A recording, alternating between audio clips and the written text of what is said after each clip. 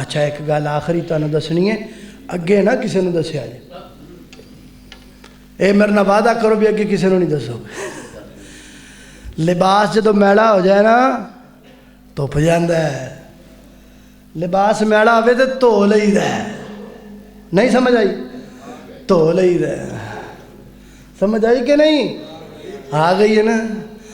آپ دی مدد آپ دے تحت جدو لباس ہو جائے میلا تے دھو لئیدا، جڑا داغ نہ لکھے چنگے سوٹے مارنے پیندے ہے کہ نہیں؟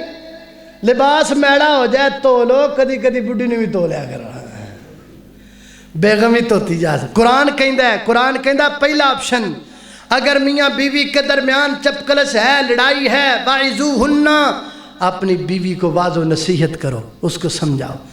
اگر پھر بھی وہ بات نہ آئے، وَاهْجُرُوهُنَّ، اس کو الگ کر دو، اس کا بستر الگ کر دو، اس کے ساتھ اپنے بستر کے معاملات ختم کر دو، پھر بھی نہ سمجھے، وَاضْرِبُوهُنَّ، پھر آپ مار بھی سکتے ہو، یعنی تو بھی سکتے ہو، ہے قرآن کہہ رہے ہیں، قرآن چلی تے نالے اگلی گل سنو۔ ایک نا بندہ آپ دی بیگم نو مار رہا سی، کٹ رہا سی، تے کونے کو پڑھیا لکھے بندے دا ہی بڑا فائدہ، پڑھی لکھی زنانی تے پڑھیا لکھا بندہ دا بڑا فائدہ ہوں۔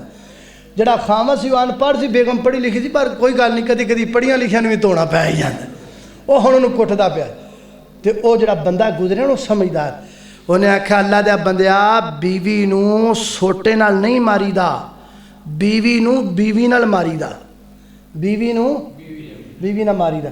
وہ بندے نو سمجھ ان پتہ نہیں لگا بھی کیا آکھا، تے بیگم نو سمجھ آ گئی، انہیں آکھا دفع کر جو کہندا کہن دے تو کٹی رکھ میں نو، انہوں سمجھ آ گئی، سمجھ آ گئی نا۔